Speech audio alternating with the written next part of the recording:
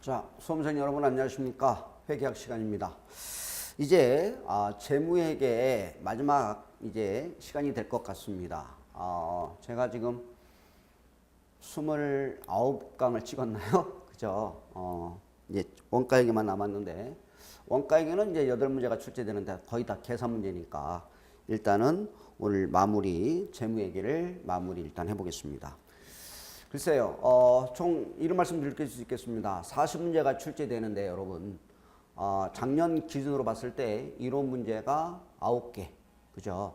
이론 문제가 9개, 아니면 많으면 10개. 그러니까 총 40문제 중에서 계산이 30문제 이제 생각하시면 되겠고, 이론 문제가 9개, 10개.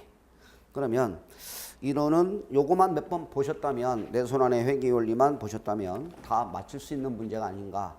이렇게 조심스럽게 말씀드릴 수 있겠고요. 참고 말씀드리면 계산은 어느 정도 잡혔겠지만 가면 갈수록 이론이 어려울 수 있어요. 이론은 시간을 단축시킬 수 있어야 되거든요. 휙휙휙 보면서 OX를 발라내야 되셔야 되는데 많이 보면 그러니까 그렇잖아요. 한 번 정독한 사람하고 10번 정독한 사람하고 차이가 있을 수 있으니까 여러분들이 조금 시간 나실 때 짜투리 시간에 계속 읽으세요. 소리 나면서. 이론은 누가 많이 맞춰요? 많이 보는 사람이 맞춰요. 내가 어떻게 해줄 수 있는 방법은 없어요. 여러분들이 자꾸 보셔서 읽으시면 되겠죠. 자, 어쨌든 개념체계 이상 들어갑니다. 자, 개념체계는 우리 시험에 다 1번과 2번은 밑밥 깔아주는 문제가 나올 수 있겠죠. 개념체계는 한국제때 국제기준이 아니므로 특정한 측정과 공시에 관한 기준을 정하지 아니한다. 오케이. 2번 재무보고를 위한 개념체계는 외부 이용자를 위한 재무보고의 재무제표의 작성과 표시에 있어서 기초가 되는 개념을 정립한다. 그렇지요? 오케이. 자, 3번은 우리 시험에 딱 한 번 출제됐어요. 두 번 다시 나올 리는 없을 것 같기도 한데요. 개념체계는 어떠한 경우에도 한국재택국제회계기준에 우선한다, 우선하지 않는다, 우선하지 않는다. 여러분 개념체계는 제가 뭐라고 그랬나요? 도덕경이에요. 도덕이고 한국재택국제회계기준은 뭐예요? 법전. 그러면 이 도덕과 회계기준, 법이 서로 뭐가 될 수 있어요? 상충될 수 있어요. 우리는 누굴 손을 들어줬다고 그랬죠? 누굴 손을 들어줘요? 한국재택국제회계기준을 기준이 우선해요. 회계기준은 법전이고요. 개념체계는 도덕이에요. 도덕을 지켜야 되겠지만 물론 도덕을 지켜야 되겠지만 법을 안 지키면 어디 가요? 감옥 가요. 깜빵 간다. 그래서 개념체계와 한국재택기준이 서로 뭐가 되면 상충될 수 있어요. 그죠? 그러면 우리는 누가 우선한다? 개념체계보다 한국재택국제기준이 우선한다. 그죠? 한국재택 법전을 따라라 이거죠. 이해돼요? 법을 안 지키면 아시죠? 이렇게 되겠고요. 자, 그런 내용이 나와 있고요. 173쪽에 하단에 보시면 일반 목적 재무보고 교재 볼까요? 자, 일반 목적 재무보고의 목적은 뭐냐? 투자자가 의사결정할 때 유용한 정보를 주는 거. 그죠? 이렇게 되겠는데 볼까요? 일반 목적 재무보고의 목적은 현재, 그 다음에 잠재적 투자자. 여러분, 내가 앞으로 주식 살까 말까, 돈 빌려줄까 말까, 이렇게 잠재적 투자자도 일반 목적 보고의 대상이에요. 아셨죠? 그리고 대여자 및 기타 채권자 뭐예요? 풀 세트 투자자예요. 그죠? 기업의 자원을 제공하는 것에 대한 의사결정할 때 유용한 보고기업의 재무정보를 제공하는 것이다. 옳은 질문으로 나올 수 있겠고요. 오답으로 팔 수는 없겠고요. 유용성 나왔네요. 일반 목적 재무보고서는 보고기업의 재무상태에 관한 정보를 제공한다.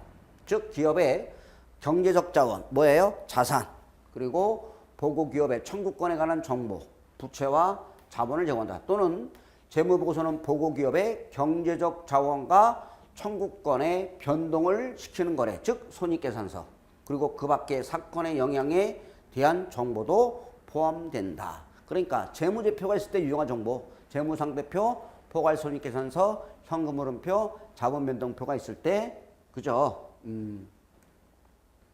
유용한 정보를 제공한다. 유용성이 나와 있고요.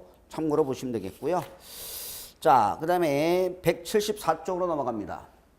일반 목적 재무보고에 한계점이 나오겠죠. 요거 우리 시험에 다 나왔어요. 1번, 2번, 3번, 4번. 우리 시험에 올 출제가 됐습니다. 자, 1번. 일반 목적 재무보고서는 현재 및 잠재적 투자자, 대여자 및 기타 채권자가 필요한, 보세요. 모든 정보를 제공하지도 않으며 모든 정보를 제공하지도 않으며 제공할 수도 없다. 모든 정보를 제공하지도 않으며 제공할 수 없다. 이런 예를 들어봤죠. 제가요, 랜드프로에서 얼마 받는지 재무제표에 나와요, 안 나와요? 제가 랜드프로에서 얼마 받는지 재무제표에 나와요? 안 나와요. 강세에 대한 디테일한 내용은 보고할 수 없어요. 그죠? 뭐예요? 알 수도 없으며 알아서도 안 돼요. 여러분들은 알 수도 없으며 알아서도 안 돼요. 그래서 모든 정보를 제공하지 않으면 제공할 수도 없다. 됐나요? 2번. 우리 시험에 나왔죠. 일반 목적 재무보고서는 보고기업의 가치를 보여주기 위해 고안된 것이 아니다. 오답을 어떻게 팔까요?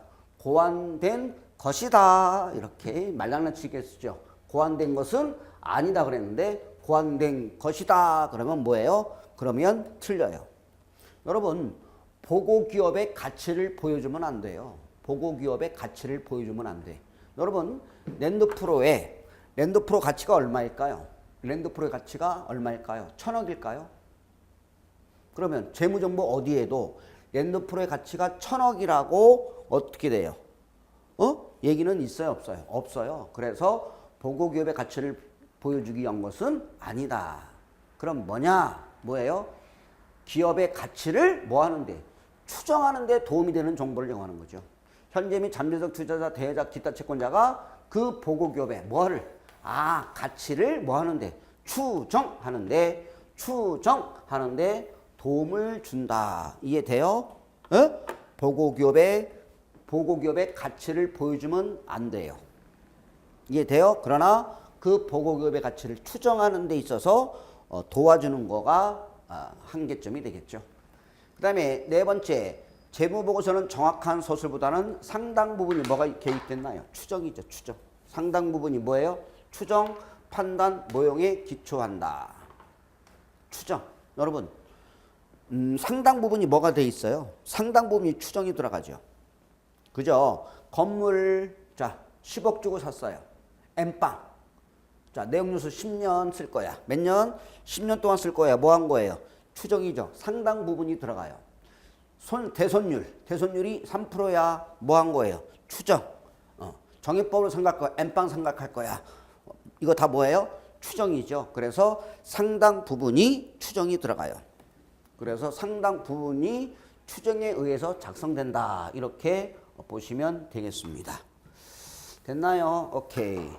자, 그 다음에 174쪽 하단에 보시면 기본 가정, 기본 전제 나오나요? 기본 가정, 기본 전제 나왔죠? 기본 가정으로 계속해서 사업을 할 거다라는 전제. 계속해서 사업을 할 거다라는 전제가 되겠죠. 그러면 기본 가정으로는 유일하게 한 가지를 제시합니다. 기본 가정에는 유일하게 한 가지를 제시하지요. 재무제표는 일정한 가정하에 작성되며 그러한 기본 가정으로는 무슨 기업이다? 계속기업. 계속기업으로 깔고 갑니다. 그러니까 기본 가정은 계속기업을 깔고 기본 가정으로 계속기업을 기본 가정으로 깔고 갑니다. 옛날에는 이 기본 가정이 4개 있었다가요. 3개로 줄었다고요. 그 다음에 2개로 줄었죠. 계속기업과 발생기준이 있다. 그랬는데 지금은 발생기준도 잘렸고요. 딱 하나만. 뭐만 남았어요? 계속기업. 계속기업을 기본 가정으로 깔고 갑니다. 시험에 뭐뭐가 있다. 그러면 오답이에요. 기본 가정으로는 계속기업과 발생기준이 있다. 아웃이에요. 뭐뭐가 있다. 그러면 뭐예요? 틀린 거예요. 딱 하나. 무슨 기업? 계속기업이다. 그 다음에 두 번째, 재무제표는 일반적으로 기업이 계속기업이며 예상 가능한 기간 동안에 영업을 계속할 것이라는 가정하에 작성된다. 여러분, 사람은 언제 죽나요? 인간도 언제 죽는다. 그렇죠? 인간은 언젠간 죽죠. 여러분, 이 랜드프로가 언제까지 갈까요? 언제까지 갈까요? 회사도 죽을 수 있다라는 것을 전제로 하겠다. 이런 얘기인데, 어쨌든 기본 가정은 딱 하나. 뭐예요? 계속 기업을 전제로 깔고 간다. 이렇게만 보시면 될 것 같고요. 뭐 틀릴 여지가 없겠죠? 오케이. 그 다음에 175쪽에 이제 유용한 전무정보에 뭐 나왔나요? 질적 특성입니다. 뭐라고요? 질적 특성. 시험은 질적 특성에 대해서 배워요. 그리고 얘가 시험 단골입니다. 시험 단골 개념을 네 가지를 깔아봤는데요. 자꾸 읽으셔야 돼요.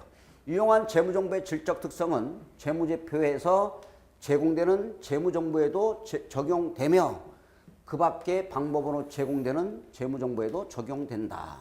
적용되지 않는다 그러면 그 밖의 방법으로 제공되는 재무정보에도 적용된다. 이렇게 되겠고요. 그 다음에 질적 특성은 잠시 후에 디테일하게 배우겠지만 각계전도 들어가겠지만 근본적 질적 특성과 보강적 질적 특성으로 구성된다. 맞죠? 그죠? 근본적으로 뭐예요? 근본적으로 최소한 얘는 만족해야 되고 그리고 보강적 질적 특성.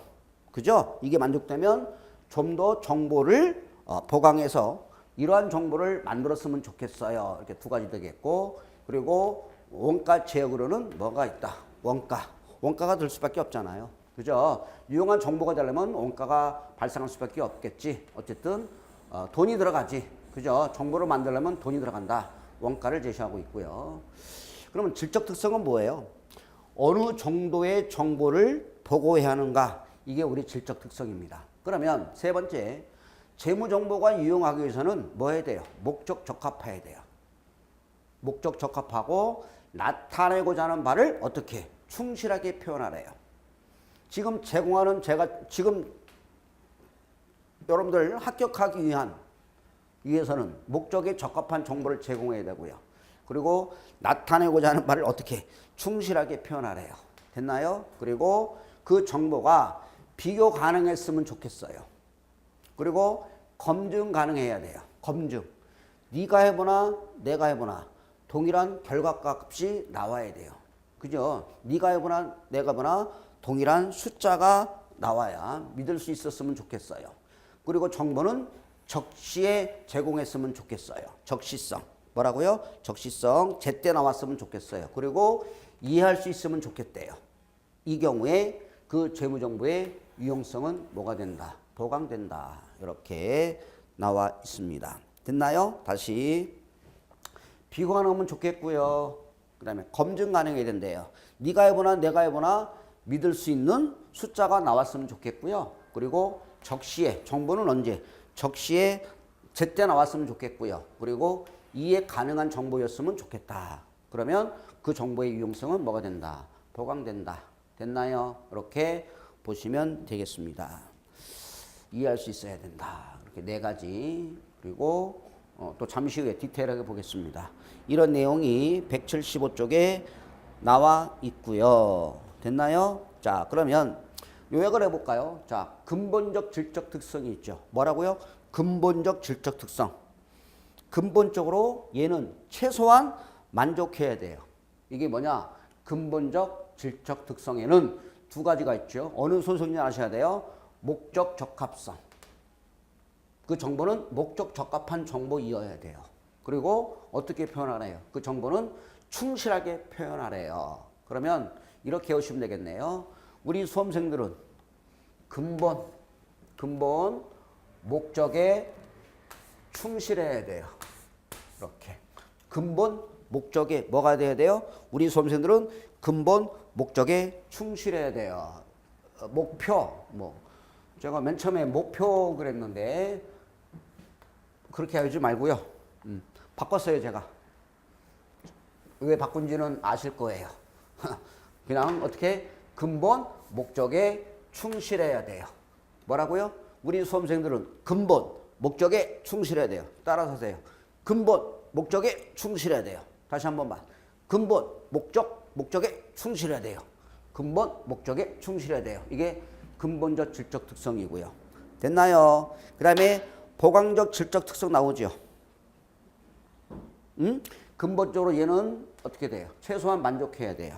됐나요?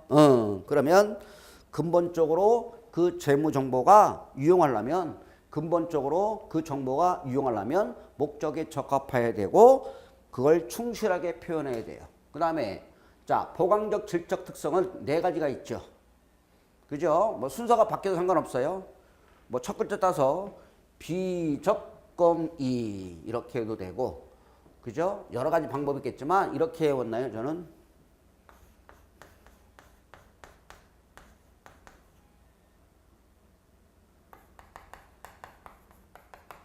뭐라고요? 비비적거리는 거미 이렇게 해도 되고 어떻게 하라고요? 비비적거리는 거미. 여름에 날씨가 더우면 어때요? 거미가 비비적거리죠. 그죠? 힘을 못 쓰죠. 그래서 비비적거리는 거미. 비! 여기서 비는 비교 가능성. 비비적 뭐예요? 적시성. 비적. 검. 비비적거리는 검. 검이. 이렇게 비비적거리는 거미. 뭐 여러분들마다 나름대로 외웠겠죠. 뭐 적이 비검을 갖고 있어요. 아니면 그죠? 비검을 적이 갖고 있어요. 해도 되고요. 여러 가지 뭐 방법은 뭐 이거 뭐 첫 글자 대해서는 넣겠고요. 네 가지 비교 가능하면 정보였으면 좋겠고요. 제때에 정보가 나왔으면 좋겠어요. 그리고 검증 가능했으면 좋겠고 이해할 수 있어야 될 것 같아요. 그래서 비비적거리는 거미 뭐라고요? 자, 비비적거리는 거미 저는 최선을 다했습니다. 아셨죠? 다시 자 근본 질적 특성 보강적 특성을 나누는데 근본적 특성은 근본 목적에 수험생들은 어떻게 돼요? 근본 목적에 충실해야죠. 합격하기 위해서는. 그리고 보강적 특성은 비비적거리는 거미 이렇게 큰 카테고리를 살펴봤습니다. 됐나요? 오케이. 자 넘어가면 176쪽에 보시면 자 지금부터 각계전투 들어갑니다. 각계전투 들어갑니다. 각계전투. 자 첫 번째 뭐 나왔죠? 목적 적합성 나왔습니다. 그죠? 지금 제가 여러분들한테 제공하는 정보는 목적 적합한 정보이어야 되죠. 그죠? 정보를 보고 안 보고의 의사결정에 영향을 미칠 수 있다면 그죠? 이 정보는 목적 적합한 정보예요. 이게 되죠? 그런데 정보를 받는데 무슨 말인지 모르겠어요. 그러면 그 정보는 목적 적합한 정보가 아니죠. 지금 제가 수업을 하고 있는데 무슨 말인지 모르겠어. 하나도 모르겠어. 이건 목적 적합한 정보가 아니다. 이 수업을 듣는 사람은 뭐예요? 합격. 지금 이 강의를 듣고 있는 사람들은 합격. 이 수업을 안 들으신 분들은 내 손안에 회계원리를 가지고 책을 안 보신 분들은 불합격. 농담입니다. 어쨌든 이건 목적 적합한 정보잖아요. 정보를 보고 안 보고의 의사결정을 영향을 줄 수 있다면 그 정보는 중요한 정보잖아요. 그죠? 목적 적합한 정보거든요. 정보를 보고 안 보고의 의사결정에 영향을 뭐 한다면 미칠 수 있다면 그건 목적 적합한 정보예요. 따라서 1번 유용한 목적 적합한 재무 정보는 정보 이용자의 의사결정에 차이가 나도록 할 수 있다. 그죠? 의사결정 차이가 난다면 이건 목적 적합한 정보야. 이것도 우리 시험에 오답으로 옳은 지문으로 나왔겠고요. 그 다음에 나왔네요. 투자자가 재무정보를 이용했을 경우와 사용하지 않았을 경우에 의사결정이 다르다면 이건 목적 적합성이 있다고 판단되는 거죠. 이해돼요? 오케이. 나왔고요. 그 다음에 목적 적합성의 하부 속성이 몇 가지가 있느냐? 세 가지가 있습니다. 첫 번째 예측가치, 확인가치 하나 더 있어요. 뭐가예요? 세 가지. 예확 중요. 예확 중요. 이렇게 되겠습니다. 얘가 확 뭐예요? 중요해요. 이렇게 해도 되고 어쨌든 목적 적합하려면 세 가지 키워드를 가지고 있어야 돼요.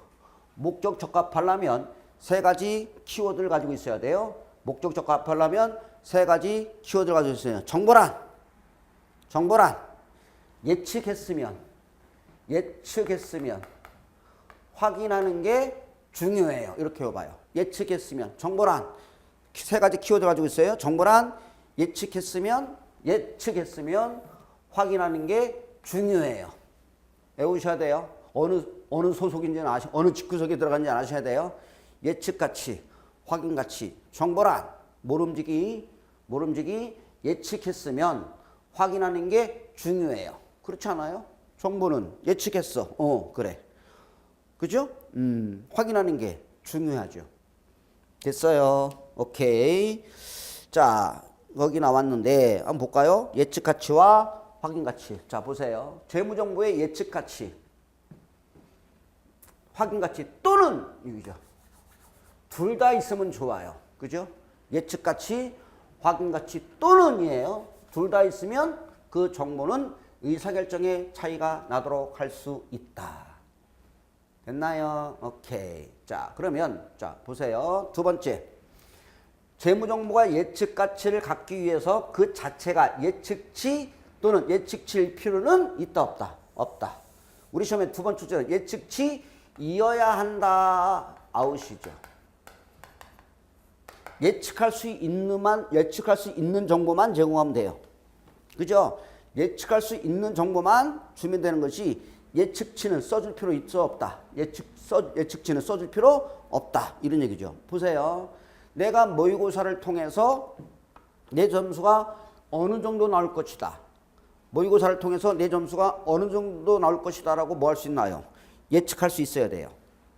예측했나요? 오케이. 그러면 내 점수가 어디서 빵꾸 났는지 뭐 할 수 있어야 돼요? 확인할 수 있어야 돼요. 됐나요? 그런데 나 떨어질 것 같아요.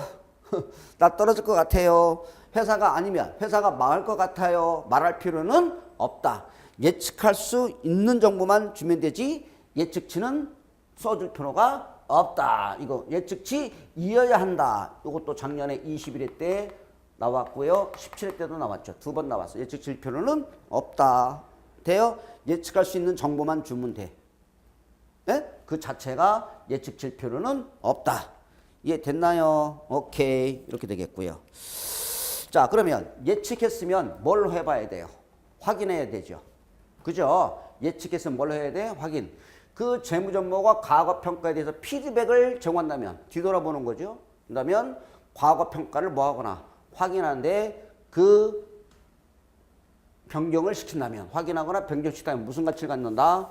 확인 가치를 갖는다. 근데 얘가 오답으로 뭘로 팔까요? 예측 가치를 갖는다. 그러면 역시 얘도 17회 때하고 20회 두 번 나왔어요. 과거 평가에 대해서 피드백을 제공한다면 과거 평가를 확인하거나 뭐 한다? 변경시킨다면 무슨 가치를 갖는다? 확인 가치를 갖는다. 그리고 이때 마지막에 재무정보에 예측 가치와 확인 가치는 서로 뭐가 돼 있다? 상호 연관되어 있다. 이것도 21회 때 시험에 옳은 지문으로 시험에 출제됐어요.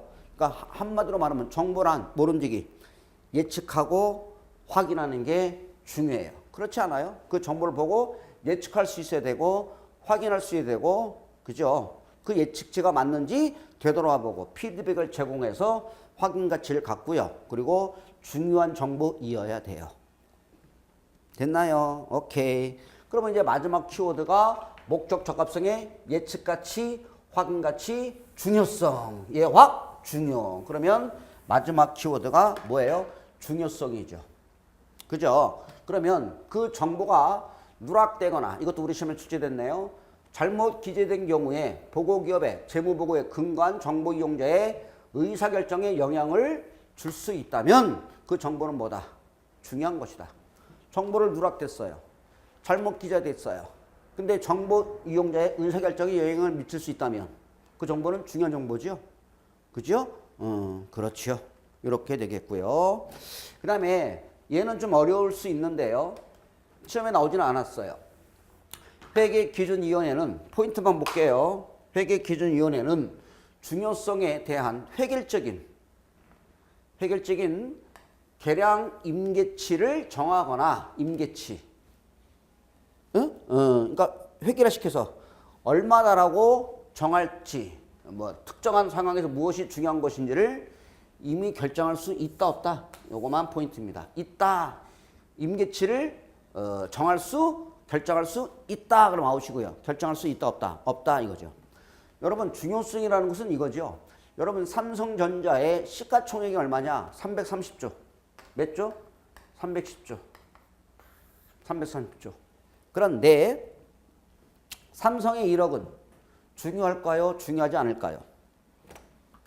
그닥 중요하지 않죠. 그러면 삼성전자에서 1억이 소송사건이 생겼어요. 소송사건. 그러면 이 1억의 소송사건이 휘말렸다면 삼성전자는 1억은 주가에 영향을 미쳐요? 안 미쳐요? 주가에 영향을 미치지 않죠. 중요하지 않잖아요. 그런데 내가 김양수가 1억의 소송사건에 휘말렸다. 주가에 영향을 미쳐요? 안 미쳐요? 망했다. 그죠? 나한테 1억이 중요하잖아요. 그러면 중요성 기준은 기업마다 다를 수 있나요? 다를 수 있죠. 삼성은 1억이 중요하지 않고요. 나는 1억이 중요해요. 그죠? 이거는 다르기 때문에 얼마다 결정할 수 있다 없다? 없다 이거죠. 이해돼요? 그러니까 딱 이만큼이라는 임계치, 딱 이만큼 임계치라는 거를 정하거나 무엇이 중요한 건지를 결정할 수 있다 없다 그냥 없다 그냥 이렇게 외우시면 돼요. 말이 어렵다. 겁나게 한국말은 한국말인데 뭐 획일적인 뭐 계량 임계치를 정하거나 그죠? 딱 얼마가 중요하다를 정하거나 그죠? 무엇이 중요한 건지를 미리 결정할 수 있다 없다 없다 이렇게도 혹시 얼마가 중요하다고 정해줄 수는 없다는 얘기죠. 그죠? 그러니까 획일화시켜서 얼마다라고 정해줄 수 없다. 획일적으로 얼마다라고 정할 수가 없다 이거지. 삼성은 1억이 중요하다. 나는 뭐 100만 원 1억은 중요하지 않다. 나는 1억이 중요하다라고 미리 정하거나 무엇이 중요한 것인지를 미리 결정할 수는 없다. 이렇게 보시면 되겠습니다. 어쨌든 자 이렇게 해서 목적 적합성의 세 가지. 목적에 적합하려면 예측했으면 확인하는 게 중요해요. 예측했으면 확인하는 게 중요해요. 세 가지 키워드를 갖고 들어가야 되겠고요. 자, 이제 목적 적합사 다음에 뭐가 나오죠? 충실한 표현. 충실하게 표현하래요. 그 정보를 충실하게 어떻게 표현하래요? 충실하게 쓰래요. 그러면 어떤 게 충실한 표현일까요? 어떤 게 충실한 표현일까요? 세 가지 키워드를 가지고 있습니다. 한번 볼까요? 재무정보가 이용하기 위해서는 목적 적합한 현상을 표현하는 것뿐만 아니라 뭐라고 그랬어요? 목적에 적합한 정보를 제공해야 돼. 그리고 나타내고자 하는 현상을 충실하게 표현해야 된대요. 어떻게? 충실하게 표현해야 된대요. 그러면 완벽하게 충실하게 표현하기 위해서는 서술에 세 가지 특성이 있을 것이다. 서술 써 내려가는 거죠. 서술은 뭐하고? 완전하고 뭐고? 중립적이며, 그죠? 완전하고 중립적이며 오류가 없어야 된대요. 그래야 충실한 표현이래요. 몇 가지? 세 가지. 완전히 이렇게 외워요. 완전히 중립적이어야 이렇게 완전히 중립적이어야 오류가 없어요. 이렇게 외우면 되겠죠. 응? 완전히 중립적이어야 오류가 없어요. 그래야 무슨 표현이라고 얘기할 수 있어요? 충실한 표현이다. 이렇게 얘기할 수 있어요. 말이 어렵다. 서술은 뭐 하래요? 완전하래요. 완전한 서술이어야 된대요. 그리고 한쪽으로 치우치면 돼야 돼요. 편파적인 정보를 제공하면 안 돼요. 중립적이어야 돼요. 중립적. 그죠? 편파적인 정보를 제공하면 돼야 안 돼요? 안 돼요. 서술은 완전하고요. 중립적, 편의가 없어야 된대요. 어느 한쪽으로 쏠리면 안 된대요. 그리고 오류가 없어야 된대요. 그래서 완전히 중립적이어야 오류가 없어요. 그래서 옛날에는 뭐 성은 오시고 이름은 중환이야 그랬는데 오중환 씨. 오중환. 오류가 없고요. 오류가 없고요. 중립적이고요. 완전한 서술이에요. 오중환 씨.